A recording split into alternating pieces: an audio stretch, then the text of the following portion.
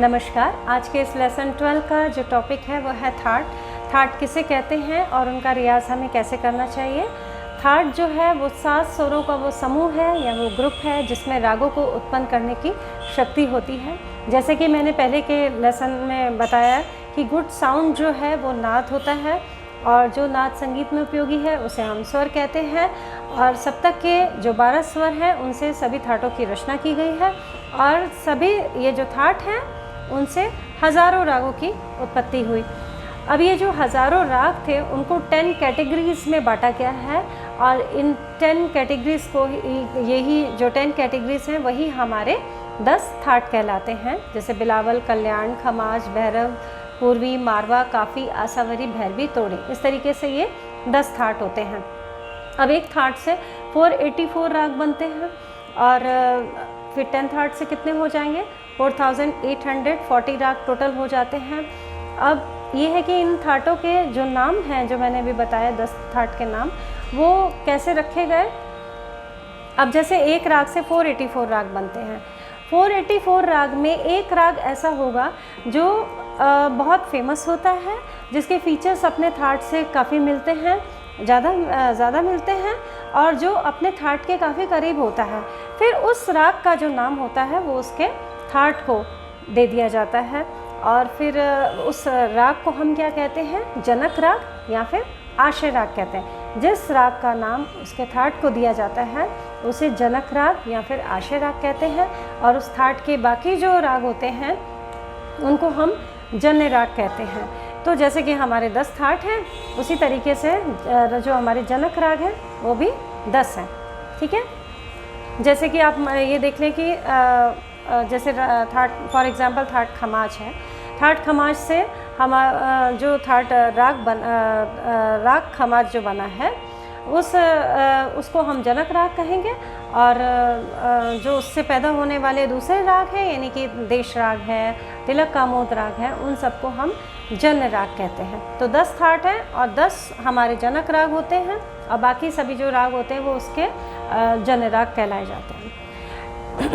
Next है कि हमारे भारत में 2 संगीत पद्धतियाँ जो हैं वो फॉलो की जाती हैं।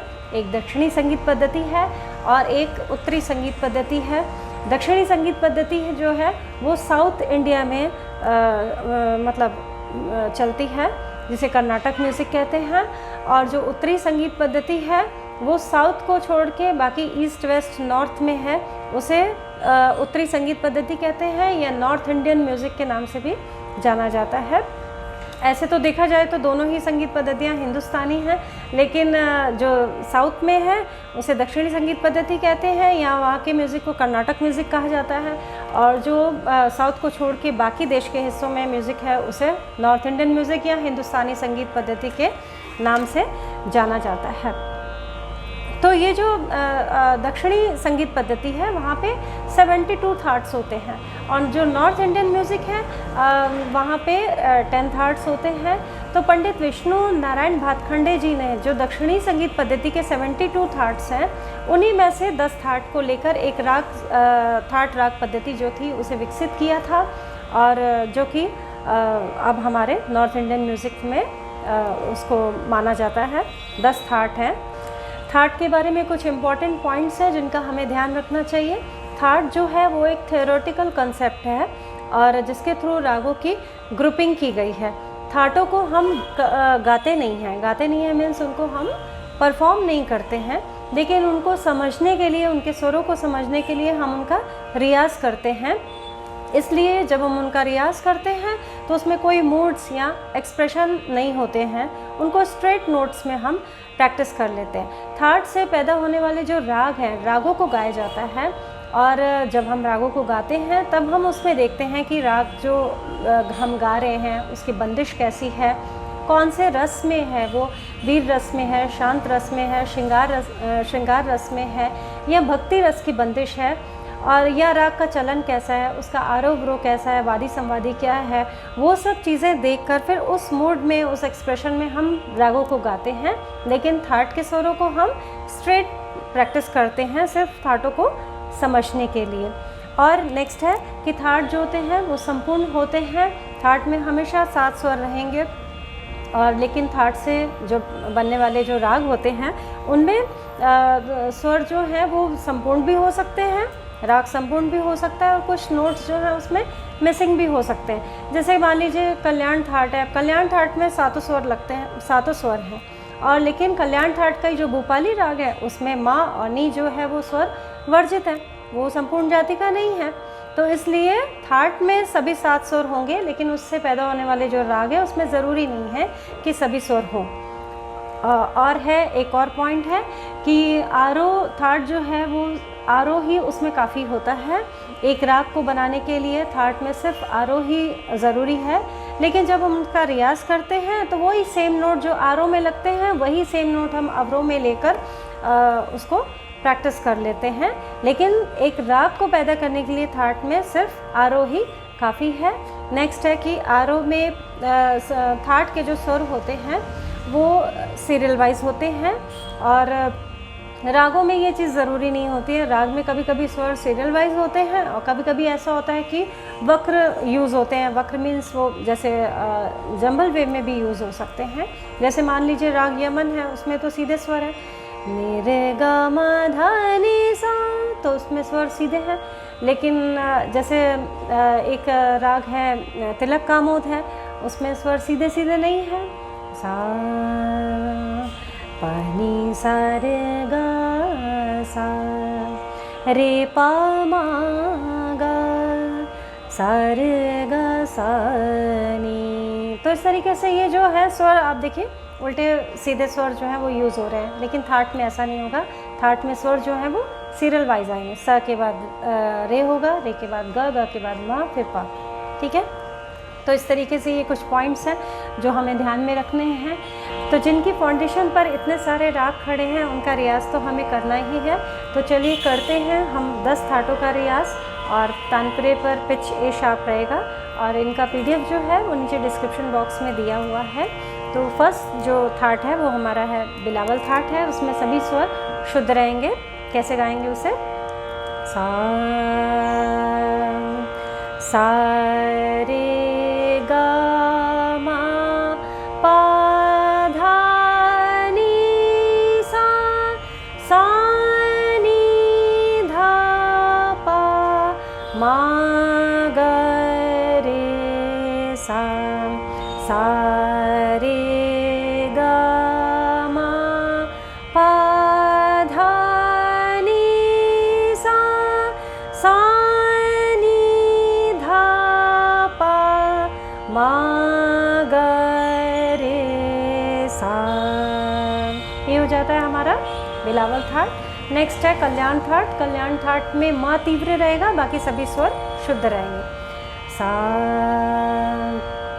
सा रे गा मा पा धा नी सा, सा नी धा पा मा गा रे सा, सा रे गा मा पा धा नी सा, सा नी धा पा मा गा रे सा।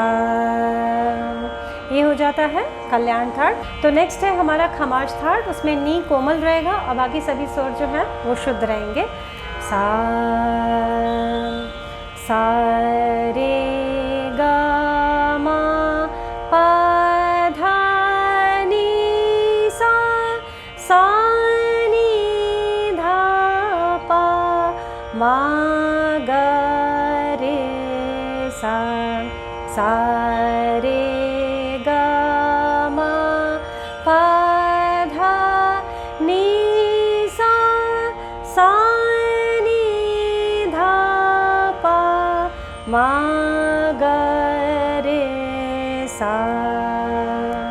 ये हो जाता है हमारा खमाज थाट। और नेक्स्ट होता है भैरव थाट। भैरव थाट में रे कोमल रहेगा, ध कोमल रहेगा और बाकी सभी स्वर जो हैं वो शुद्ध होंगे। सा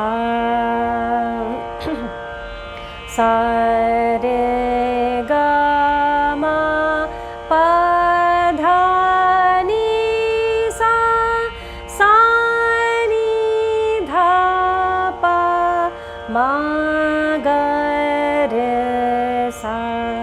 सा रे गा मा पा धा नी सा सा नी धा पा मा गा रे सा। तो ये था हमारा भैरव थाट। भैरव थाट में रे धा कोमल है। अब इन्हीं स्वरों में अगर हम मा तीव्र कर देंगे तो बन जाता है पूर्वी थाट। कैसे गाएंगे? रे धा कोमल मा तीव्र थाट पूर्वी। सा सा रे गा मा पा धा नी सा सा नी धा पा मा गा रे सा। सा रे गा मा पा धा नी सा सा नी धा पा मा गा रे सा। ये था थाट पूर्वी। अब इनके स्वरों में ही, थाट पूर्वी के स्वरों में ही अगर हम धा को शुद्ध कर देंगे, यानी रे कोमल होगा, मा तीव्र होगा और बाकी सभी स्वर शुद्ध हो जाते हैं, तो बनता है थाट मारवा। कैसे करेंगे उसका रियाज? सा सा रे गा मा पा धा नी सा सा नी धा पा मा गा रे सा।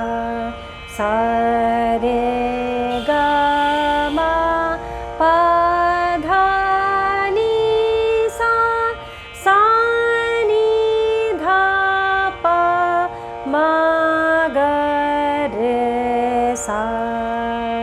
ये हो जाता है थाट मारवा। नेक्स्ट है हमारा थाट काफी। उसमें ग कोमल रहेगा और नी कोमल रहेगा, बाकी सभी स्वर शुद्ध रहेंगे। सा सा रे गा मा पा धा नी सा सा नी धा पा मा गा रे सा। सा रे गा मा पा धा नी सा सा नी धा पा मा गा रे सा। ये होता है थाट काफी। अब थाट काफी के स्वरों में ही अगर हम ध को कोमल कर देंगे तो बन जाएगा थाट आसावरी। थाट आसावरी ग ध नी कोमल। कैसे गाएंगे उसे? सा सा रे गा मा पा धा नी सा सा नी धा पा मा गा रे सा। सा रे गा मा पा धा नी सा सा नी धा पा मा गा रे सा। ये हो जाता है थाट आसावरी। अब थाट आसावरी के स्वरों में ही अगर हम रे को भी कोमल कर देंगे तो बन जाता है थाट भैरवी, यानी रे ग ध नी कोमल थाट भैरवी। सा सा रे गा मा पा धा नी सा सा नी धा पा मा गा रे सा। सा रे गा मा पा धा नी सा सा नी धा पा मा गा रे सा। ये हो जाता है हमारा थाट भैरवी, जिसमें रेगा धानी कोमल है। नेक्स्ट होता है, नेक्स्ट और लास्ट थाट है थाट तोड़ी। इसमें रे कोमल है, ग कोमल है, ध कोमल है और मा तीव्र लेंगे और नि शुद्ध होता है, यानी रे ग ध कोमल मा तीव्र थाट तोड़ी। कैसे गाएंगे? सा सा रे गा मा पा धा नी सा सा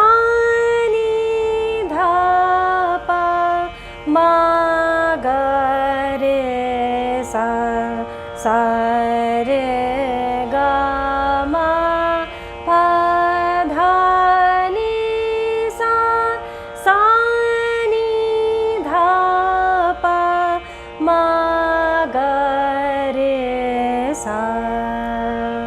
तो ये है हमारा लास्ट थाट थोड़ी।